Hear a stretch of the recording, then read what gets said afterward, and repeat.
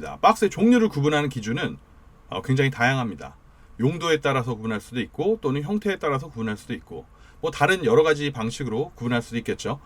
저는 우선 박스 제작에 사용되는 원단으로 박스의 종류를 구분했습니다. 그리고 한 가지 더 말씀드리면 박스 제조에 사용되는 재료를 제가 종이라고 하지 않고 원단이라고 주로 말씀드리는 이유가 있습니다. 제작되는 박스들이 대부분 종이지만 전부 다 종이는 아니기 때문입니다. 박스의 기본은 목형이죠. 목형은 초보자분들이 이해하기 조금 어렵지만 목형 칼 종류가 여러 가지고 칼날의 형태와 재질도 각각 달라서 원단에 따라 다르게 사용한다. 이렇게 좀 기억을 해주시면 좋고요. 그리고 오시도 종류가 여러 가지입니다. 그래서 이 접는 선, 그 오시도 여러 가지 다양한 오시를 각각에 맞게 적용해서 작업을 하시는 게 좋습니다. 지난 강의들에서 말씀드렸지만 박스 제작이 처음이시거나 초보이신 경우에 가장 좋은 방법은 좋은 레퍼런스를 찾는 것입니다. 평소에 관심이 가는 박스 혹은 뭐 박스 이미지들을 많이 잘 모아두시면 나중에 도움이 되실 가능성이 굉장히 높습니다.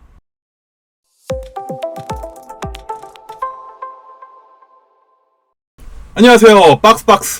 박스맨입니다. 지난 시간에 이어서 이번에는 박스의 종류부터 알아보도록 하겠습니다. 박스의 종류를 구분하는 기준은 굉장히 다양합니다. 용도에 따라서 구분할 수도 있고 또는 형태에 따라서 구분할 수도 있고 뭐 다른 여러 가지 방식으로 구분할 수도 있겠죠. 그런데 제가 원단, 다시 말하면 박스를 만드는 데 사용되는 재료로 그 박스의 종류를 구분하는 이유가 있습니다. 재료에 따라서 제작 방식이 바뀌기 때문입니다. 혹은 이제 박스 공장이 달라지겠죠. 예를 들면 골판지 박스로 뭐 인박스, 아웃박스, 택배 박스 모두 만들 수가 있습니다. 그러니까 박스의 뭐 종류가 용도에 따라서 여러 가지로도 만들어질 수가 있는데 골판지 박스 하나로도 여러 가지 그 종류가 나오겠죠. 하지만 골판지 박스 공장에 따로 그 마닐라 박스 전용 장비하고 공정을 갖추지 않는다면 마닐라 박스 생산은 어렵습니다. 즉 재료에 따라서 장비와 제작 과정이 달라지기 때문에 저는 우선 박스 제작에 사용되는 원단으로 박스의 종류를 구분했습니다. 그리고 한 가지 더 말씀드리면 박스 제조에 사용되는 재료를 제가 종이라고 하지 않고 원단이라고 주로 말씀드리는 이유가 있습니다. 제작되는 박스들이 대부분 종이지만 전부 다 종이는 아니기 때문입니다. PP나 페트 같은 플라스틱 재료로 만드는 박스도 있습니다. 더 나아가서 이삿짐 박스에 사용되는 단프라도 플라스틱 재질이죠. 박스 제조에 사용되는 재료가 종이만 있는 것은 아니기 때문에 전체를 통칭하는 의미에서 원단이라는 표현을 사용합니다. 심지어 그 사바리 박스 중에 그러니까 패브릭 재질, 그 싸개지로 사용하는 그런 경우도 있습니다. 그럼 먼저 마닐라지 종류부터 알아볼까요? 택배 박스로 사용되는 골판지를 제외하면 흔히 대량으로 제조되는 박스에 사용되는 산업 용지가 대부분 마닐라지입니다. 마닐라지라는 이름의 유래는 예전에 그 종이를 만드는 데 사용되었던 그 마닐라삼이라는 재료에서 유래했습니다. 마닐라지 중에서 가장 많이 사용되는 종이는 SC 마닐라지인데 마트에서 흔하게 볼 수 있는 과자 박스들 그리고 저가 완구류의 박스들에 주로 사용이 됩니다. 박스용 종이 중에서 가장 저렴한 종이 중 하나이기 때문에 저가 양산형 박스의 대표격이죠. 그리고 튼튼하고 식품에도 그 사용이 주로 잘 되는 로얄 아이보리와 그 갈색의 친환경 이미지가 있는 그 크라프트지가 있고 또 동일한 제조 라인에서 동일한 공정으로 작업이 되기 때문에 전체적으로 이런 것들을 다 마닐라지로 통칭을 합니다. 자세한 내용은 다른 강의 영상에서 안내를 해드렸으니 참조하시기 바랍니다. 주로 인박스에 사용되는 마닐라 박스지만 사바리 박스 대용으로 상하짝을 만들어서 사용하기도 하고 가벼운 제품을 담을 때는 손잡이형으로 그 간단한 선물 포장으로도 이용이 됩니다. 주변에서 흔하게 보실 수 있는 여러 가지 박스 형태의 이용이 됩니다. 다음 골판지입니다. 집에 오는 그 택배 박스에 사용되는 바로 그 골판지죠. 골판지는 내부에 골이 있는 판지라서 골판지입니다. 주로 택배 박스 그리고 박스들을 담는 아웃박스 그리고 음료수나 그 농산물 박스를 비롯해서 디자인성 가미해서 상품을 담는 박스로도 사용이 됩니다. 골판지의 종류는 우선 골이 하나 있는 일반 골판지 그리고 골이 이중으로 있는 이중 골판지가 있고 3중 골판지의 경우에는 일반적인 박스에는 잘 사용하지 않고 주로 수출용 박스의 그 원단으로 사용이 됩니다. 골판지의 골은 A, B, E, F골 정도가 대표적이고 여기서 B골과 A골의 골판지를 합쳐서 이중 골판지를 만들면 BA골이 됩니다. 골판지에 사용되는 그 원지들, 그 종이들은 표면에 사용되는 그 표면지, 그리고 그 구불구불한 골에 사용되는 골심지, 그리고 뒷면에 사용되는 이면지가 있습니다. 대체로 색이 진할수록 경도와 내구성이 좋습니다.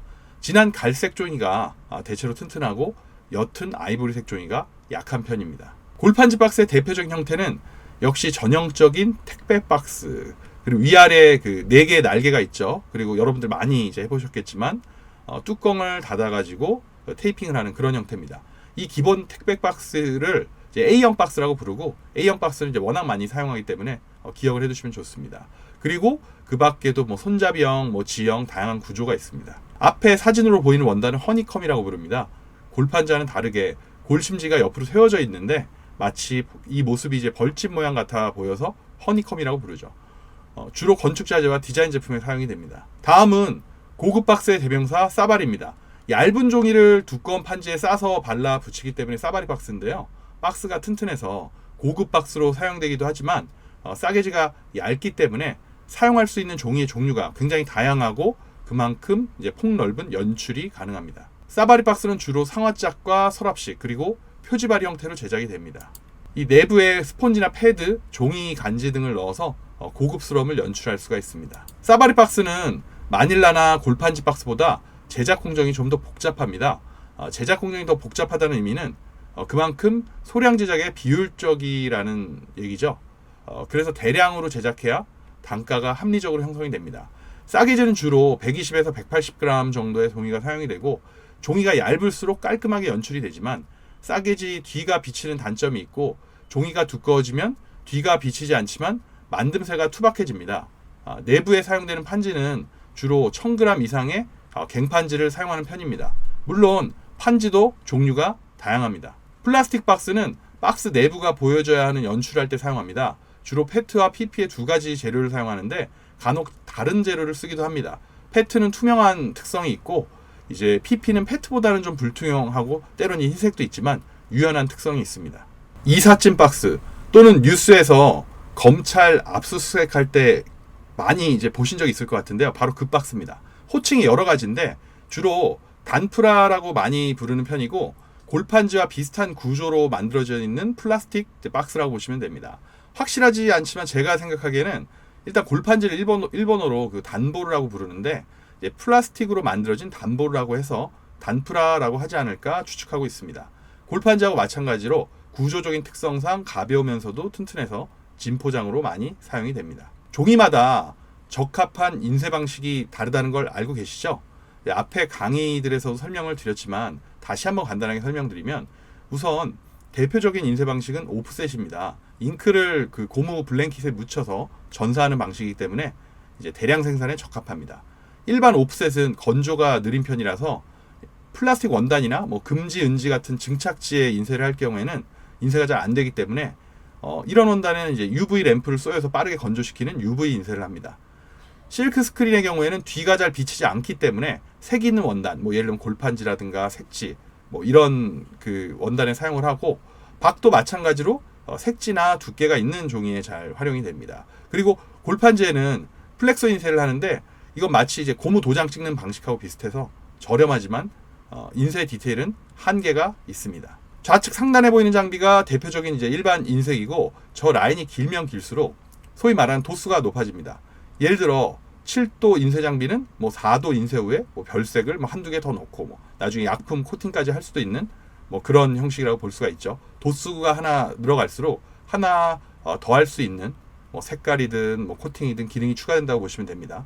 좌측 아래쪽은 실크 스크린 인쇄 방식인데 자동으로 인쇄되는 실크 스크린도 비슷한 방식으로 작업을 합니다. 박스의 기본은 목형이죠. 목형은 초보자분들이 이해하기 조금 어렵지만 목형 칼 종류가 여러 가지고 칼날의 형태와 재질도 각각 달라서 원단에 따라 다르게 사용한다. 이렇게 좀 기억을 해주시면 좋고요. 그리고 오시도 종류가 여러 가지입니다. 그래서 이 접는 선, 그 오시도 여러 가지 다양한 오시를 각각에 맞게 적용해서 작업을 하시는 게 좋습니다. 특히 대량 생산을 하게 될 경우에는 이 바닥판, 목형이 그 닿는 반대편이죠. 바닥판 면판과 목형과의 그 장비 등의 조화가 굉장히 중요합니다. 디자이너분들에게 이슈가 많은 그래픽 디자인 적용 방법인데요. 인쇄로 연출하는 방법을 잘 아는 것이 정말 디자인적으로는 굉장히 중요하죠.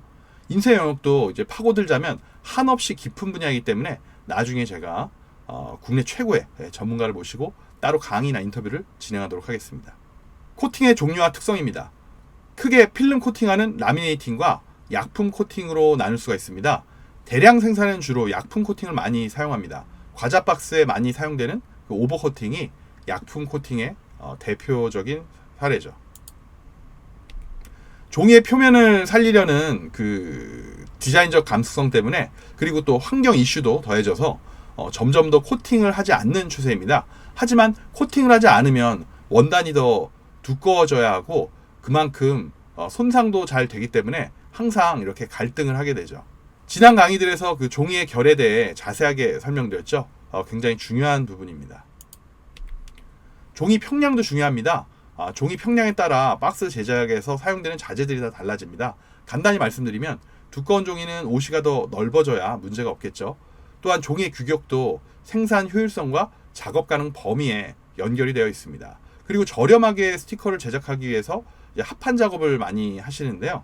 여러 가지 스티커를 하나의 판에 한 번에 작업하는 방식이죠. 이 경우에는 색이 돌아간다고는 표현을 많이 하는데 색 문제가 많이 발생하는 경우가 있습니다. 하지만 이제 비용이 워낙 저렴하기 때문에 많이들 이용을 하고 계시고요. 안정적인 색상 작업을 위해서라면 혼자 따로 작업하는 그 독판을 쓰는 게 좋습니다. 여기까지 전체적으로 다시 한번 훑어봤습니다. 아무래도 자세한 내용은 지난 강의 영상들에서 대부분 설명을 드렸기 때문에 이번 강의에서는 그냥 전체적으로 러프하게 리뷰하는 형식으로 진행을 했습니다. 가볍게 들어보시면서 머릿속에 박스 제작 과정에 대한 부분들을 떠올려 보시면 좋을 것 같습니다. 지난 강의들에서 말씀드렸지만 박스 제작이 처음이시거나 초보이신 경우에 가장 좋은 방법은 좋은 레퍼런스를 찾는 것입니다. 평소에 관심이 가는 박스 혹은 박스 이미지들을 많이 잘 모아두시면 나중에 도움이 되실 가능성이 굉장히 높습니다. 예전엔 제가 이 강의를 하면서 핸드 로타리, 종이를 이제 넣어가지고 손으로 돌리는 그 로타리 방식으로 휴대용 장비였습니다. 강의 수강하시는 분들에게 직접 그 박스 샘플 만들어 보실 기회도 드렸었는데요. 나중에 이제 특히 이제 골판지 그 박스 같은 경우 그 로타리 방식으로 제작이 많이 되는데 일반 톰슨 방식하고 좀 다른 측면이 있습니다. 그래서 로타리 방식이 좀 생산성이 높고 미국 같은 곳에서 좀 많이 사용이 되는데 이 로타리 방식에 대해서도 설명을 드리도록 하겠습니다. 여기까지 2회에 걸쳐서 2019년 버전 강의를 좀 압축해서 러프하게 전해드렸습니다. 이 강의가 원래는 한 2시간 정도 이렇게 진행이 되는데 유튜브 영상으로 좀 짧게 진행하려고 하다 보니까 생략된 부분이 좀 많이 있었을 겁니다. 패키지 박스를 만들다 보면 과연 패키지를 잘 만드는 일이 어떤 의미가 있는지에 대해서 의문이 드는 경우가 있습니다. 어떻게 보면 이제 잠깐 보여지는 순간을 위해서 최선을 다한다는 측면에서 그렇게 이제 열심히 할 필요가 있나? 이런 생각이 좀 들 때도 있죠. 하지만 사실 중요한 부분은 반드시 어떤 부분은 보여진다는 것입니다. 여러분들이 제작하는 패키지에 어떤 면을 어떻게 보여주고 싶으신가요? 여기까지 들어주셔서 감사합니다. 박스.